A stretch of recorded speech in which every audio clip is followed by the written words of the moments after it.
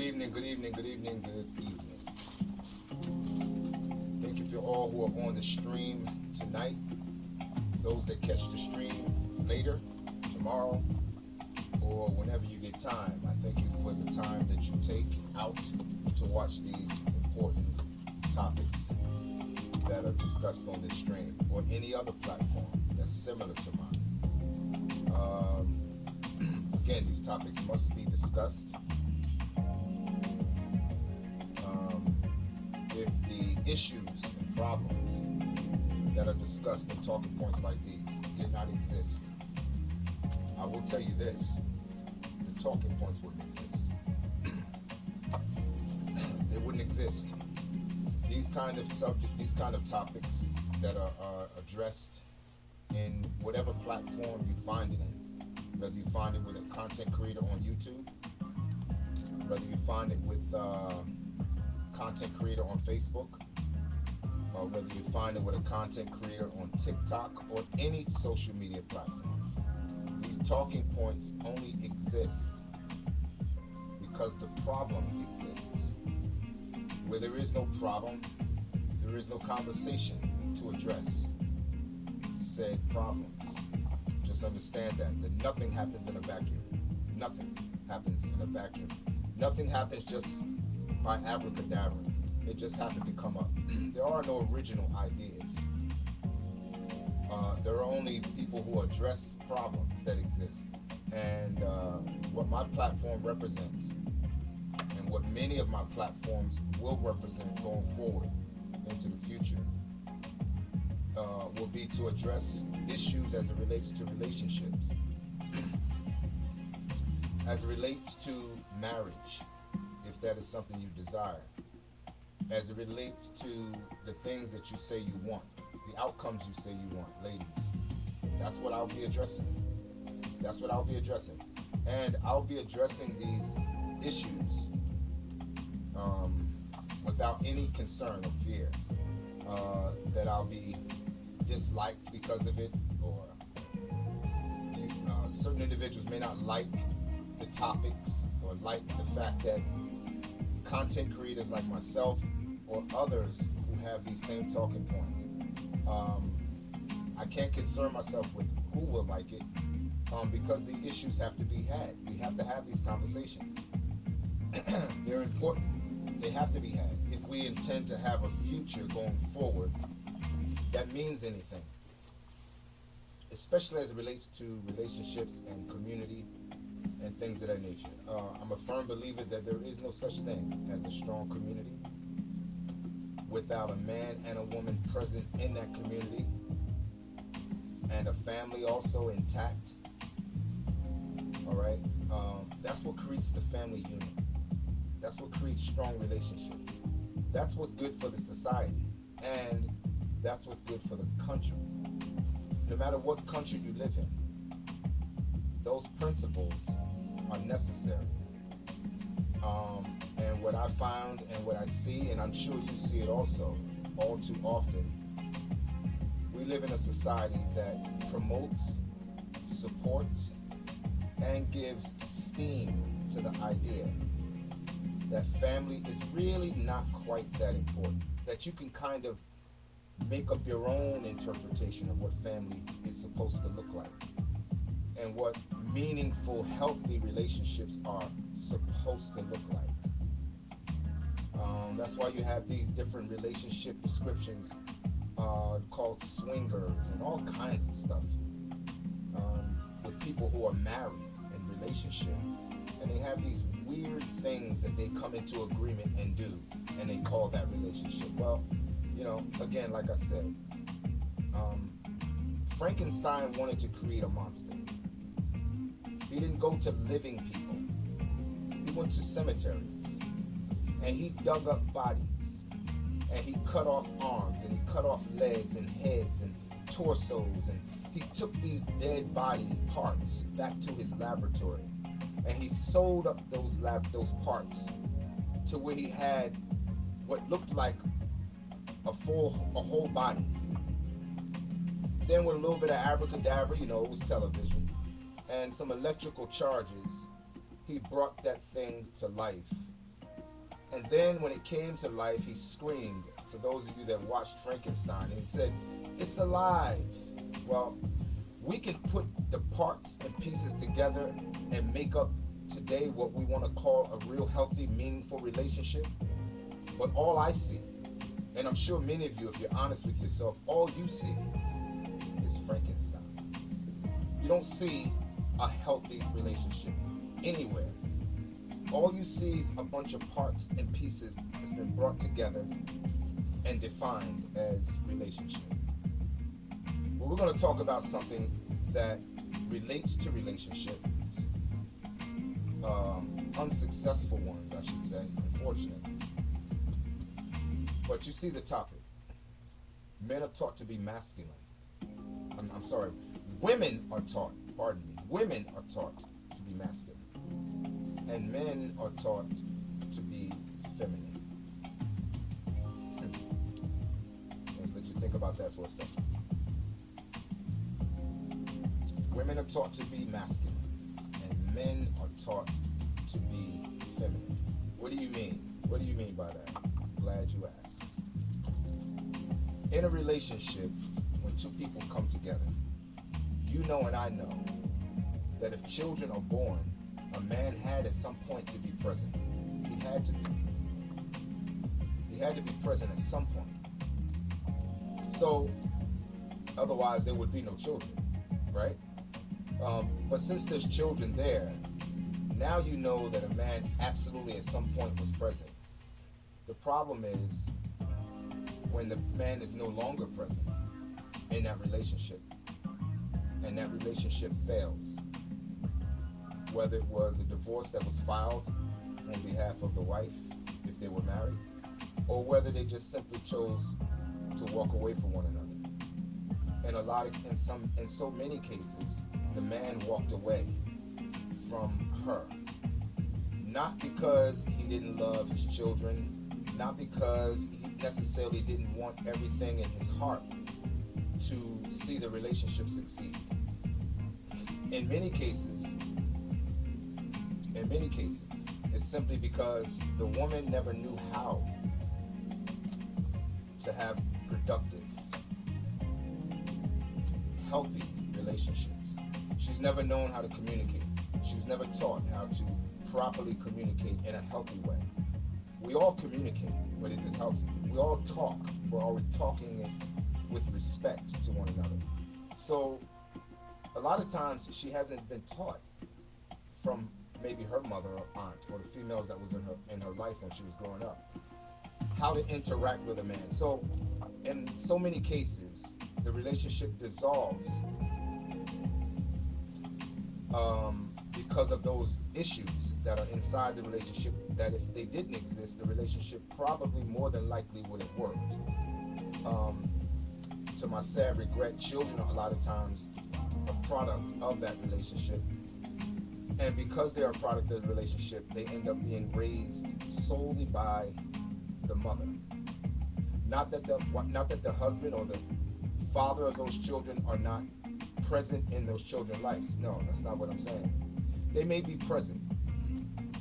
They may be active in their children's life.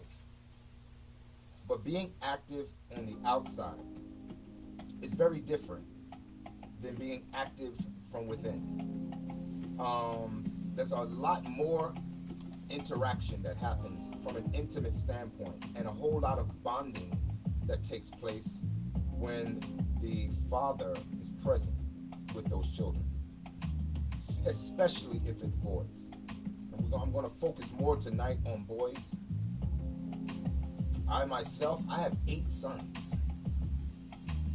So you're going to hear, and I'm going to take my time tonight, because this subject is very personal for me. And for you who have boys, this subject should be personal to you. So let's get into it. How are women making their boys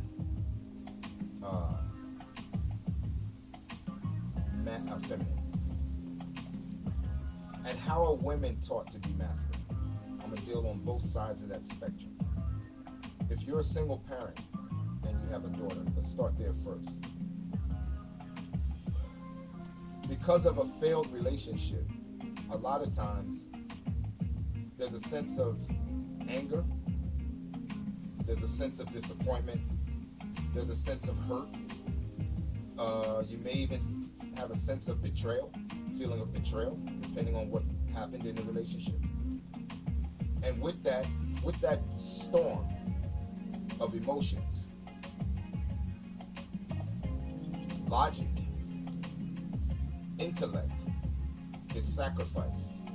So all of your behavior and everything, every conversation that you have will be tied into the failure of that relationship. That same anger, that same emotion that you have, it's then transferred from you to your children. If it's a daughter, you're gonna more than likely teach her how she needs to protect herself from a man based on you and what you feel because of your failure in the relationship, because of the failing of that relationship that you had, because of the pain, because of the hurt that you have and the betrayal or whatever you feel that's not good. You're going to transfer all of those emotions and all of those feelings onto your daughter. And you're going to not teach her how to become a wife or how to communicate effectively or healthy with a man to ensure her future as it relates to marriage and as it relates to a relationship that could then give her the family that maybe perhaps you didn't have, based on the fact that you were not taught properly from maybe your mother, which is what caused you to have the failed relationships. So you see, the cycle continues. It's like a spiraling cycle that just continues. You more than likely will teach her to prioritize her time with educating herself. You're going to teach her to focus in a selfish way on just herself. And you're also going to give her some defense mechanisms against men, or the men that she would like to have going forward into her future. You're going to more than likely discourage her against even the whole concept of being serious with a man based on how you were affected in your failed relationships. So what does that do to a woman? It makes her feel like she has to do it all by herself. And yet, this is a young woman that has not experienced any relationships yet.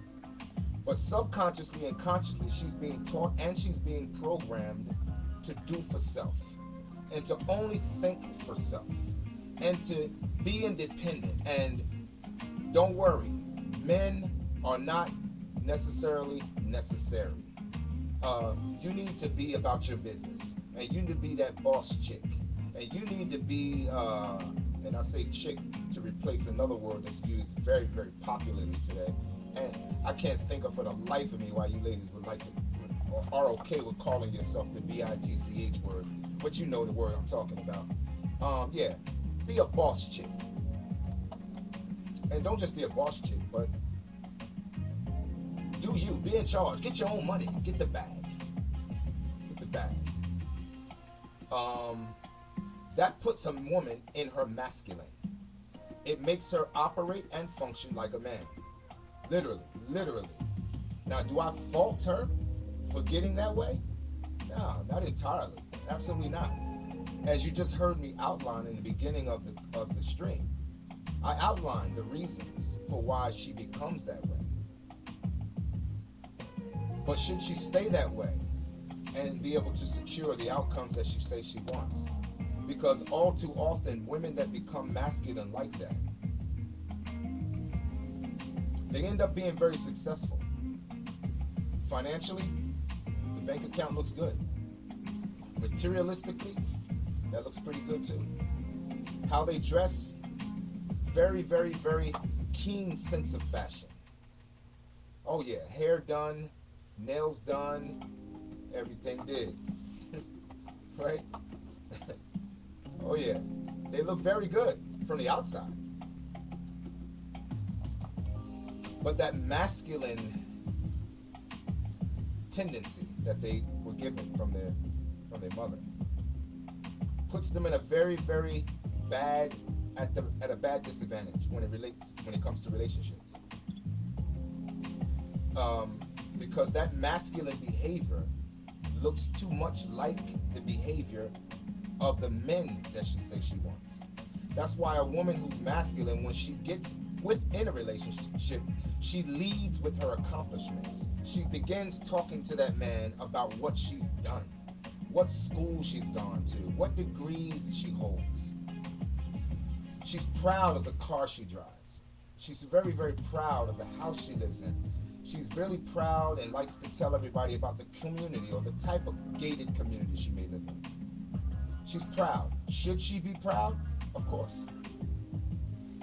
Proud in what way, though?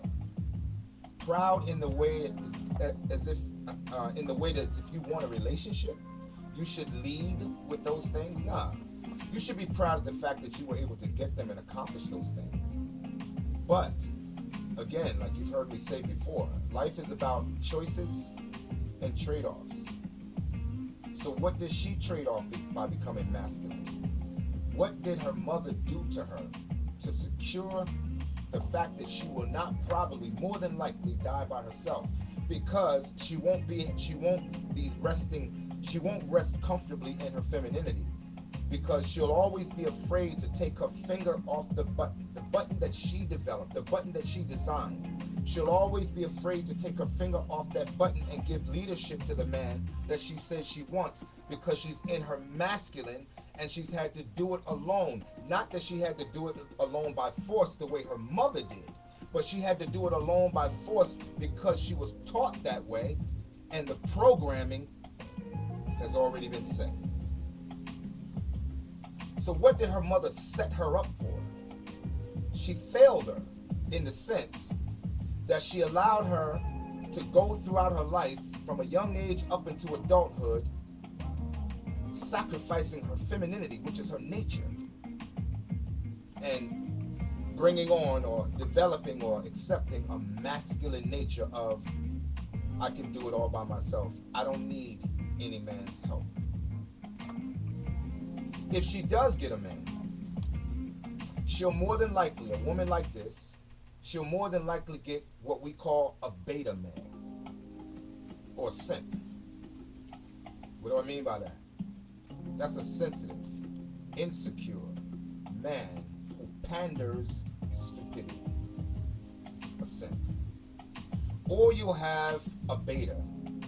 This is a weak individual, a weak man, who's more than likely less intelligent than she is, who's more than likely has not had the level of education that she has, and in most cases does not have the materialistic things that she has.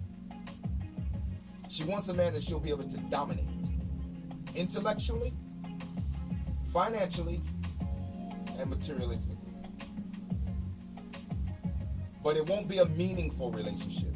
It'll be a relationship that'll validate what she leads with. And what is it that she's leading with as a masculine woman? She's leading with her accomplishments. She's leading with her materialistic gain. She's leading with her materialistic gain. That's what she's leading with. So she'll find a man who's lower than where she is, because the guy up here who's on her level, he doesn't want her. A man on that level does not want a masculine woman. She wants that guy though. Let me tell you, she wants that guy, because you know what? What's natural to a woman that's successful? It's a word called hypergamy. Hypergamy means you want the man that you're with to be on your level. In other words, if you're making $100,000 a year or more, you want that man to at least be making $100,000 a year or more, and more preferably, you want him to be making more than that. Preferably. That's what you would like. But he at least has to be on your level. But what a lot of ladies are finding out, who have been taught and trained by their mothers that to go out there and do for self and be focused on yourself, because they were single parents, they had failed relationships. They're angry, they're upset, they're hurt, they're betrayed in their mind. They taught her that she don't need no man, and they also taught her to do for self. Secure yourself, girl, secure yourself, so that you don't have to depend on any man. That puts a woman again in a masculine. Just wanted to recap and repeat that. The men she wants does not want her. You know who they want? They want the woman that's fit. And she might be fit, but it doesn't stop there. They want the woman that's friendly. They want the woman that's cooperative. They want the woman that's easy to be with, easy to get along with. They want the woman that's inspirational, beautiful. They want the woman that can get on their program. All too often, a woman who's masculine, she comes with her own set of programs and her own set of arrogance and her own set of selfishness that it makes it impossible for her to allow a man to lead, and it makes it very impossible for her to get on a man's program because she thinks she's equal to him when she's masculine. What's the reverse? What if she has a boy? Let's talk about that. She has a boy. She teaches him to be feminine. You say, how is she doing that? How is she doing that? Well, she's a woman. She teaches him to be feminine in the sense that he's emotionally unstable. He responds to conflict and he deals with conflict resolution in a very feminine kind of way. If you look at a lot of guys who were born to a single parent woman, the slightest thing triggers them. They get upset very, very quickly. They argue back and forth as if in the same manner that a female would argue back and forth. Their behavior when it comes to addressing them about something that they're wrong about, they never handle it well. They get into sign language just like a woman does. Shame, insult, guilt, the need to be right. They get into the same behaviors and characteristics that a woman does when she feels she's being challenged and she doesn't want to give in to that challenge or take accountability for that challenge. You'll find a man responding and acting the same exact way. Unbelievable. How does that reflect and how does that show up in the street? I'll tell you. You notice in the streets or the communities that we live in, the guys, the brothers that are in the streets where we live, in the communities, some of us that we live in, what's their conflict resolution? Real men understand that when we deal with one another face to face, there's a low-level threat of violence between men. Men know this. We know this by nature. And for men that are watching this, you know I'm right. Men know, we understand when we're talking to one another that there is a low-level threat of violence if one of us says the wrong thing. And if we say it the wrong way, we know that whole conversation can go left, just like that. That's why men, when we talk to one another, we moderate ourselves. We moderate our tone. We moderate how we say a thing. Even if it's a friend, we moderate how much we play with one another. Men don't play with one another, but to a certain extent. We know. Why? Because there's a low-level threat of violence if we do it wrong. We know that. So what happens between two men? We give each other the just due respect. We give each other the just due boundaries and space.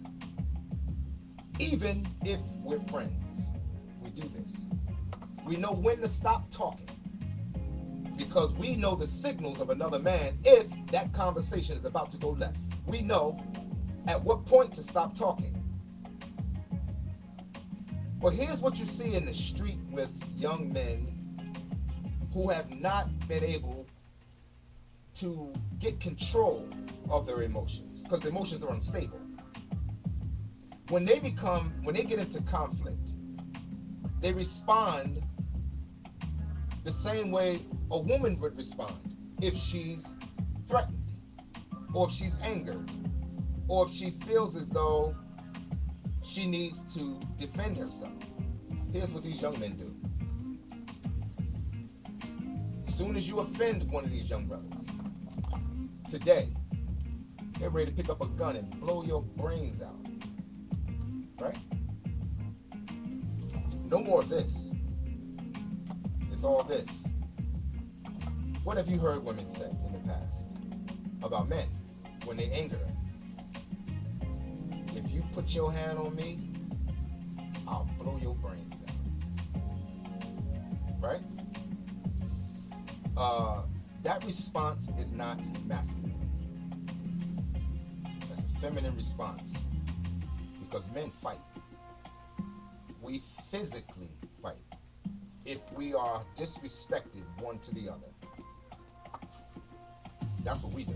That's what real men do.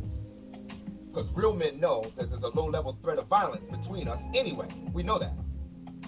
Real men, we go out back, we go around the corner, we go in the yard, and we work that thing out. That's what we do. We mix it up. That's what real men do. A man in his feminine will not respond that way. They quick to go get a gun. Quick to go get a weapon. And what happens is, as they grow up into old age, as they grow up into adulthood, they respond the same way to situations, circumstances that they find themselves encountered with.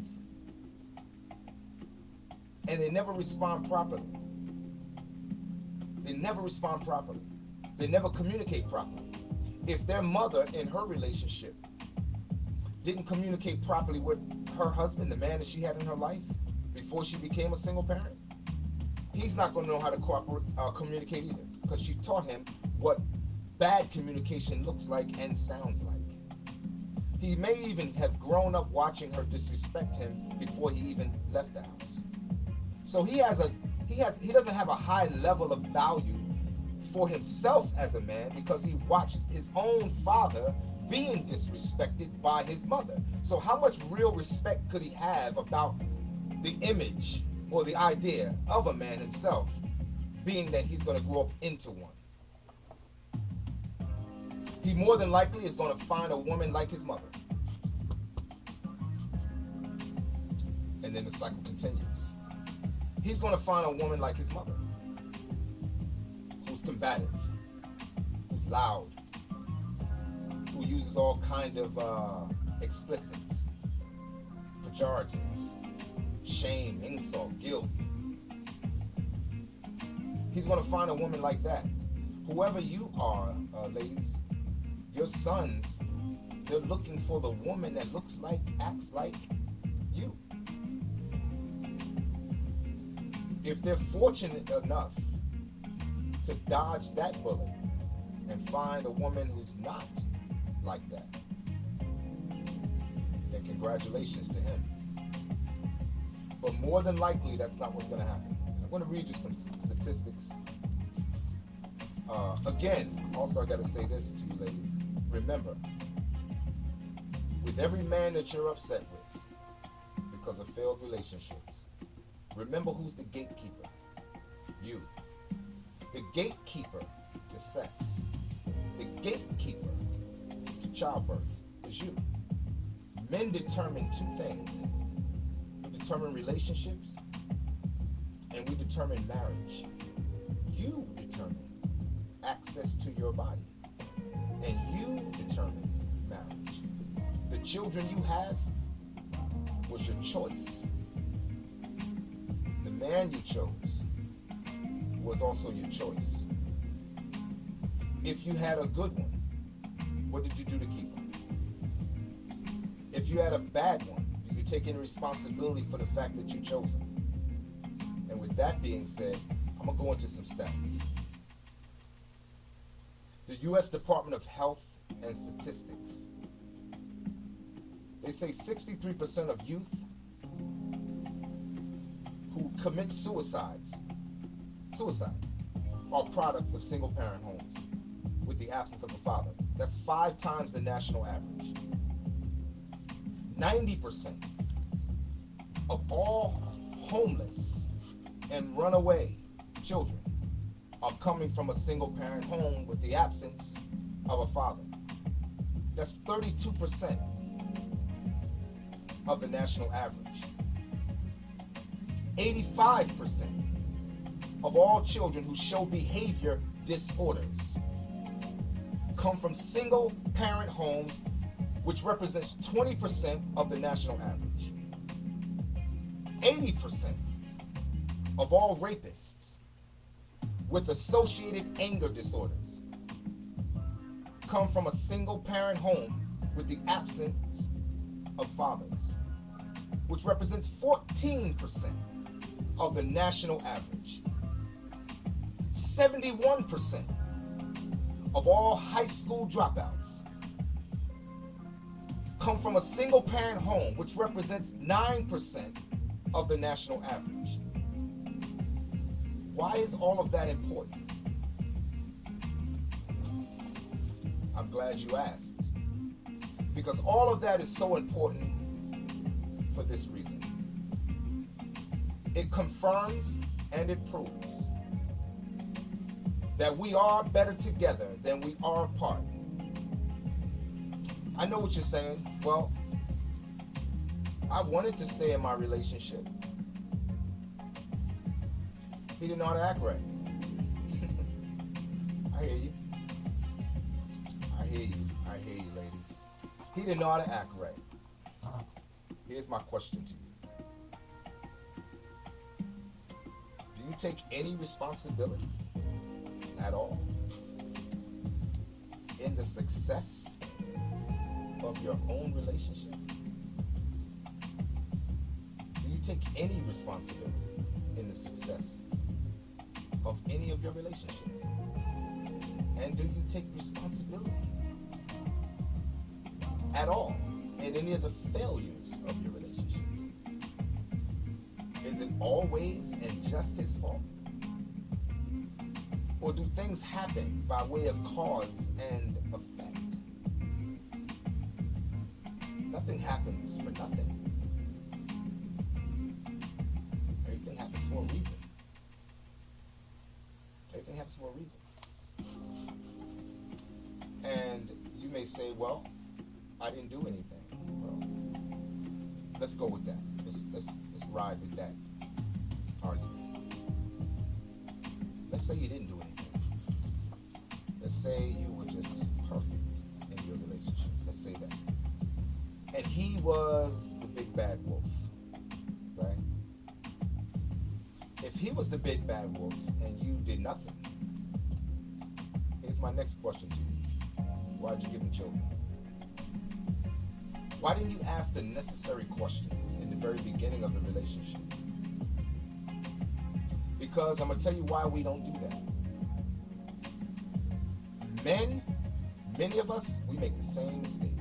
Not asking the right questions. But ladies, again, even if we don't ask the right questions, you need to ask the right questions. Why? Because you have access. You have the power to give access to your body. And you have the power to choose childbirth.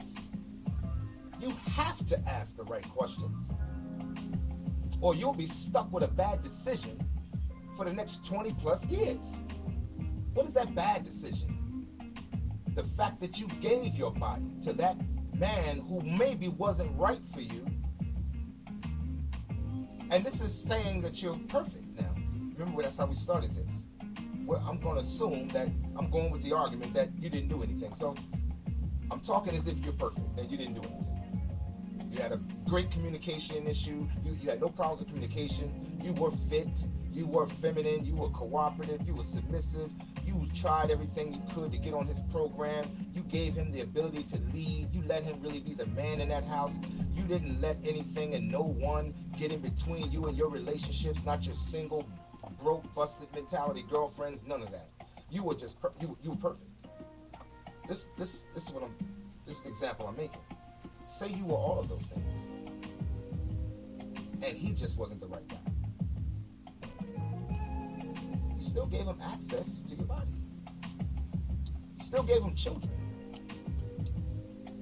And these problems exist in our community because, like I said, we don't ask the right questions. We hook up with each other a lot of times, and it's just simply sex. he's attractive. Ooh, boy, what I would love to do to him. And boy, I would love to know what she's like. Well, you're going to find out. You're really going to find out if you don't ask the right questions. You're going to find out. And the problem with that is that, like I said, all of that anger, all of that hurt and that disappointment that you have, it transfers right to your boys. It goes to your sons. Now, how are they supposed to act when they get with a woman? You see how you create the same thing that you hate? You manufacture the same man that you dislike. You make the same man that hurts you. You make him with your son. Now, I'm not talking to you if you had a successful situation and you were a single mother and you did a great job and your sons didn't grow up to become criminals. I can tell you this. I am an example of the situation I'm telling you about. And that's for those of you who are maybe saying, who does he think he is to have this conversation? I'm exactly who I am. Somebody that had an experience like this. I'm letting you know something. I'm teaching you something. I'm trying to help you. If you are that woman that did everything you could and your sons turned out to be successful and they're not a product of what I just mentioned, they didn't become criminals, they didn't get out in the street and start shooting people, they didn't become rapists, they are not homeless, they don't represent these percentages that I just read off. If that's you, then I congratulate you. I myself am very proud of my sons. None of them fit those descriptions. And they grew up in a home with their mother who was a single parent. Why? Ooh, shocked. I may be shocked that I'm having these kind of conversations, and yet I also have a failed marriage. And I feel okay and transparent enough to share that with you, because I want to debunk and I want to shut the mouths of those that believe that I somehow don't have a right to have these talking points. Let me tell you something, and this goes to anyone. Experience, time, setbacks, failures, and successes is what teach every man and woman. And the thing about learning with your failures and learning with your successes is that it makes you better. And it also makes you a lot more educated and a lot more wise. Wise people were not always wise. Wise people were fools before they became wise. These talking points are meant to help. They're meant to help us get out of the matrix of foolishness and stupidity that is destroying our community and basically causing our family structure to look like it's dust. Look like dust. It looks like dust. It's nothing to speak of. Nothing to be proud of. Nothing to hold our heads up high about.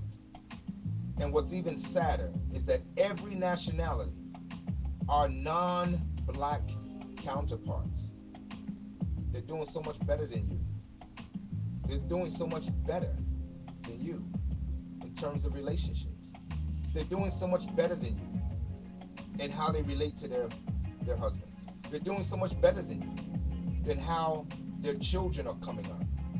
They're doing so much better than you in terms of their communities and how their communities are set up.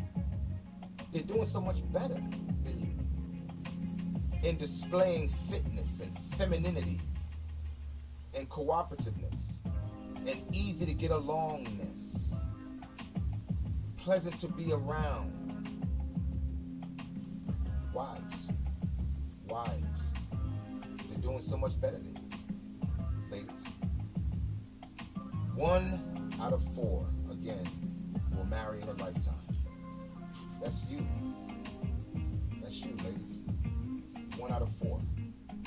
That means 3 of you will die alone and probably have children, which fits into the topic that we're discussing tonight, single parenting. Single parenting.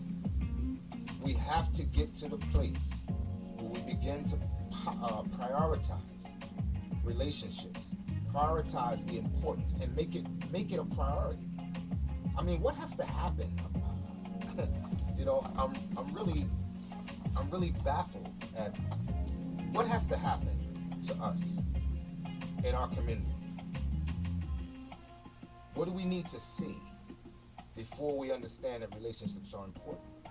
Before we understand that having a husband and him having you as a wife, and you then being able to look to your left and right and see your offsprings, and they're happy and smiling and jumping around, proud and healthy in their emotions and healthy in their psychology, because they get to look up to both parents in front of them, who they see are loving one another and are not being disrespectful. But they have a healthy household, a healthy lifestyle. And it's not talking about money. This is not about money. It's not about how much money you make. It's not about what kind of car you drive. It's not about the kind of home you live in. It's about having a healthy relationship where it's you, her, your children, and more importantly than all of it, God. Now, some of you may not believe in God. This internet. This is the internet. Okay? So for those of you that don't, I ain't talking to you. I'm not talking to you. Believe what you want to believe. We all got here somehow. And it wasn't by osmosis. It certainly wasn't a stork that dropped us through a chimney. But for those of you that do, you got God as the head, you got a husband next to you that loves you, that's there for you, that's willing to go out there and kill the wolf and tackle the bear, bring the meat home so all the kids and you can eat, you know? And you can go to the end of life and you have this fit, feminine, friendly demeanor about you, and you want to work to cause the relationship to survive to the end of life, notwithstanding the ups and downs and the problems that come into every relationship, that there are no smooth roads in a relationship. There are no smooth roads. You got bumps, you got smooth areas, and you got potholes. And in some cases, you get some sinkholes. And sometimes you may trip, you may stumble, you may scar up your knees and, get a little road burn. You may get some, you're going to get injured during the course of the survival of that relationship. But at what point in our community do we decide that that's important enough to take that sacrifice? Because the way it looks today, ladies, you're losing. You're losing. You're losing the race for relationships. You really are. And some of you, because you've sold out to this new modern day, modern woman mentality, you don't care about anything that I'm talking about right now. This is like a whole nother conversation and a whole nother language to some of you. You already sold out to the fact that you ain't gonna have no man. I know. Well, like I always say, I'm not talking to you. I wish I was, but I'm not. I'm talking to you, if that's your mentality. For those of you that chose an alternative lifestyle, I'm not judging you. I'm not judging you. Because I'll tell you something.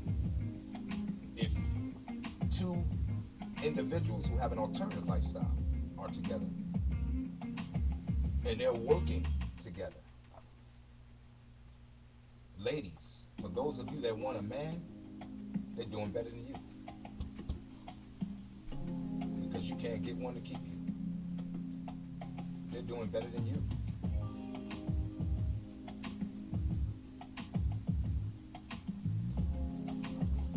What do you want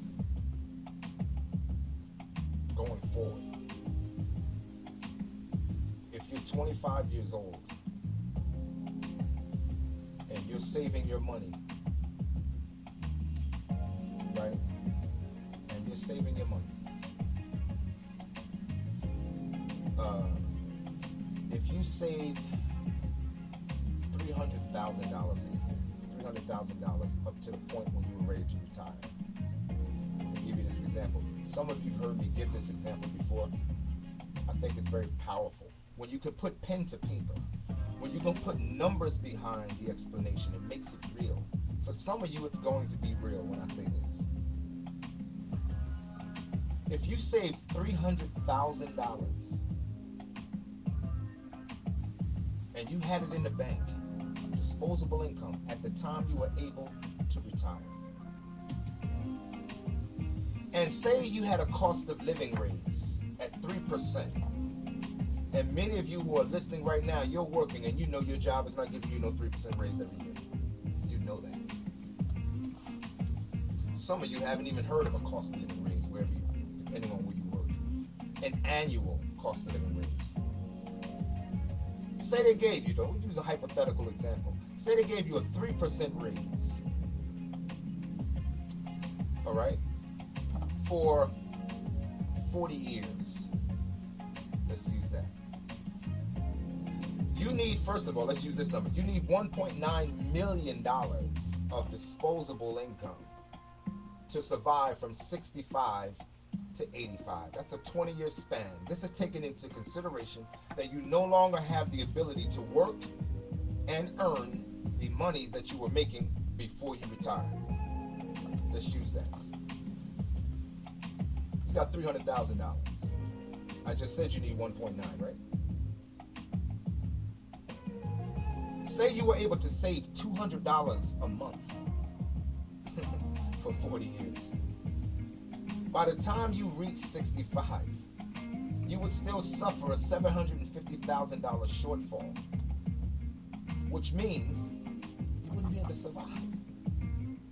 And this is supposing that you're single and childless. Imagine if you had children now. But at 65, you don't have any children, obviously, because even if you did, they're more than likely adults and they've moved out.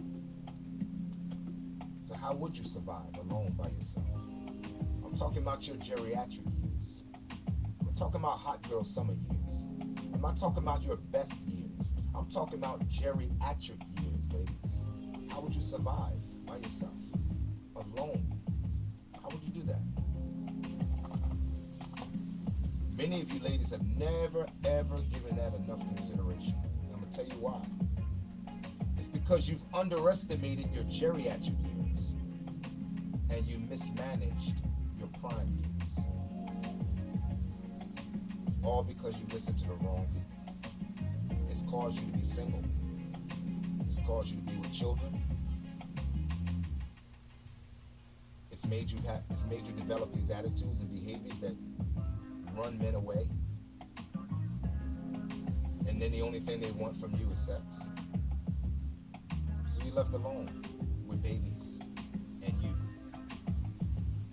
And your condition hasn't gotten better because of the failed relationships. Your behavior and your condition has gotten worse.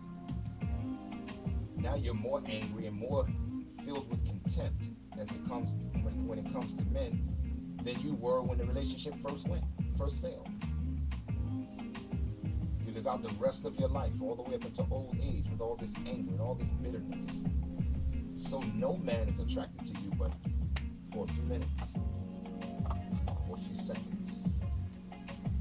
Because you're really not pleasant to be around once you become that way. You're really not. You're not attracting anything that wants to stay when you become that way. We got to do better. We got to get better. Ladies, get therapy. There's nothing wrong with that. There's such a stigma in the black community when it comes to therapy. Men need therapy too. But I'm talking to you, ladies. Get some therapy. Go sit on somebody's couch so you can talk it out and get it out. And come face to face with yourself until you end up getting to a point where you can see the real you. So you can get a real relationship, not just hookups. Not hookups. I said a real relationship, not just hookups, ladies. Because that's what you're getting right now, hookups. No man is vetting you for marriage. Many of you, no man is vetting you to marry you. No man has got on his mind to stay with you. Yeah, they wanna watch Netflix and chill. Yeah, they do. Eat pizza, a few hot wings, have a little sex, and I'll call you in the morning. But I know you want more than that. I know you do. I know you want more than that. How do you intend to get it? That's the question. By remaining the way you are? How do you intend to get it? By getting angry at talking points like this? How do you intend to get it? By getting angry at individuals who have these kind of talking points, like myself or others? How you intend to get it? By denying the fact that you even need any help at all to change? How do you intend to get it? How do you intend to get it? By buying a dog or 2 or 3 or 5 or 6 or 8 cats? Like, how do you intend to get it? How do you really intend to get it? By continuing to talk to your single girlfriends? How do you intend to get it? By talking to your mother who has failed relationships herself? How do you intend to get it? Your auntie who has no example of it either? How do you intend to get it? Ladies, you're raising your daughters to be masculine if you don't get the help. Ladies, you're raising your sons to be feminine or emotionally unstable. You're creating in him the same man that you don't like. How do you intend to get it? I love speaking on the problem, but I also love talking about the solution. The solution is taking accountability for your part that you may have played in every single failed relationship that you have had. The solution is taking accountability for every hurt, every pain, every sense of feeling of betrayal that you have as it relates to any relationship that you've had with whatever man you've been with, where you have now found yourself with children. Taking accountability, that's all, at the part that you played. I didn't say he didn't play a part. I said, when are you going to take accountability for the part you played, so that the next relationship doesn't have to suffer the consequences of your last relationship. And that way, and that's for the ladies who have already had failed relationships. But for those of you that watch this stream that have not experienced these things I'm talking about, and you're young and you're new and you're about to go into a relationship, take notes on what I'm saying. That way you don't have the same outcomes. That's all. You don't have the same outcomes. Don't give your body to no man if that's all he wants. Don't get so hot that his intentions don't matter. They do matter. But you have to make sure that you're marriage minded. You have to make sure you're a wife. You have to make sure you learn what men want. That way you can get the outcomes that you say you want or that you wish to have. It's not going to happen without any work. It's going to require work out of you, ladies. And it's going to require you to set your mind with purpose to understand and know what men want. That way you don't, and we don't, as a community, continue repeating the same redundant, ridiculous, destructive, toxic cycle. And then we'll have better communities. Women are taught to be masculine, and men are taught to be feminine and emotionally unstable. We have to turn this cycle around. It's a generational curse in our community. We have to turn it around. I hope this conversation tonight helped. I thank all of you who got on the stream. I thank all of you who stayed on the stream. For those of you that jumped in, jumped out, I don't know who. I don't watch the don't watch the board to see that. It's really not my concern. My concern is seeing results. My concern is what I see when I look outside. And with that being said, I hope you guys again got something out of this talk tonight. Shout out to Gail. Thank you for jumping on the stream. Can't see everybody that's on the stream. So for those of you that I don't see, I didn't call out, charge it to my head and not to my heart. I thank you. If you got on to the stream, I appreciate you. I appreciate your time. My name is Charles Chambliss. I'm the host. I'm your host of Let's Talk About It. Guys, I want to say something to the men. Next week is Men's Week. I'm going to be talking directly and only and solely to men. Ladies, you are welcome to get on the stream. But you may not comment. Any comments will be deleted. Because I want to talk to the men exclusively. And I'm going to tell you something. There's just as much of a problem with participation on these talking points with men as it is with women.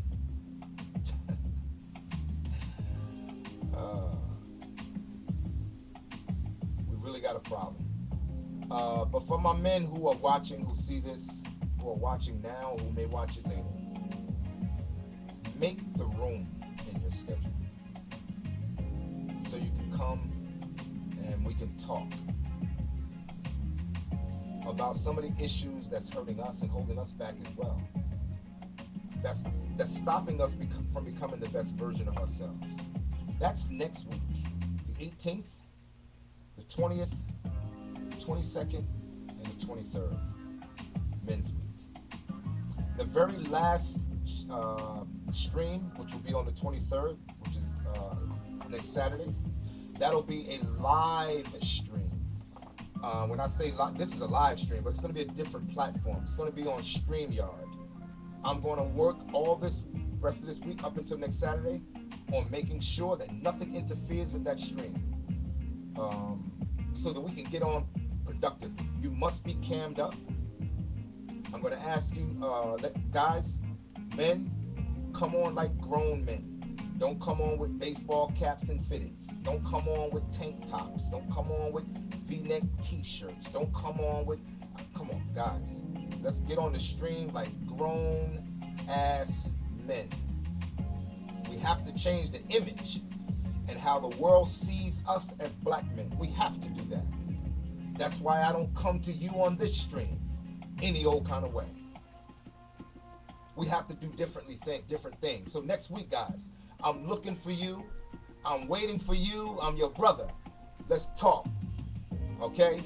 And for ladies and guys that got on the stream tonight, again, I want to thank you for your time. My name is Charles Chambliss. I'm the host of Let's Talk About It. Until the next stream, have a good night.